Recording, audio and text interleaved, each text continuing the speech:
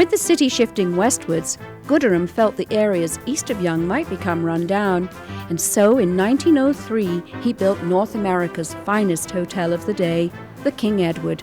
When you stand across the street and you look at the facade of this hotel, you're looking almost exactly how it looked in 1903. When this hotel opened, one of the critics of the day said what the Alhambra Palace is to Spain, the King Edward Hotel is to Canada. So, I mean, this was luxury that we had never seen before. Mr. Gooderham had bought the entire contents of a palace that was in Paris at the time and had it all shipped over, tapestries, oil paintings, so much art that was just dripping off the walls that this became a tourist attraction. Ladies had their own entrance, their own check-in counter, and, on the mezzanine level, their own Edwardian Widow's Walk, where they could have lunch, avoid the unseemly crush of the lobby, and meet with their friends. And the hotel has a secret. We are in the Crystal Ballroom of the King Edward Hotel. This was built in 1920.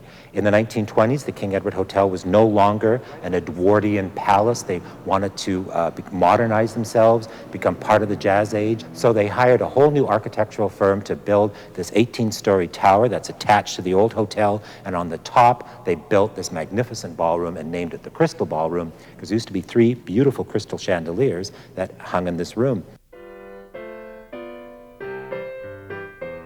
The ballroom was closed when rock and roll made its mark, but in the intervening years this was the place to be for big bands and big stars, the place to be married, the place to hold annual functions, and to make important announcements, such as when Jonas Salk came up with the cure for polio.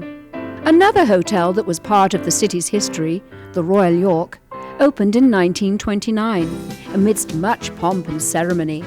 The occasion marked by the attendance of the President and Directors of the Canadian Pacific Railway and the Governor-General of Canada. For many years, the Royal York would be one of the world's largest and luxurious railway hotels.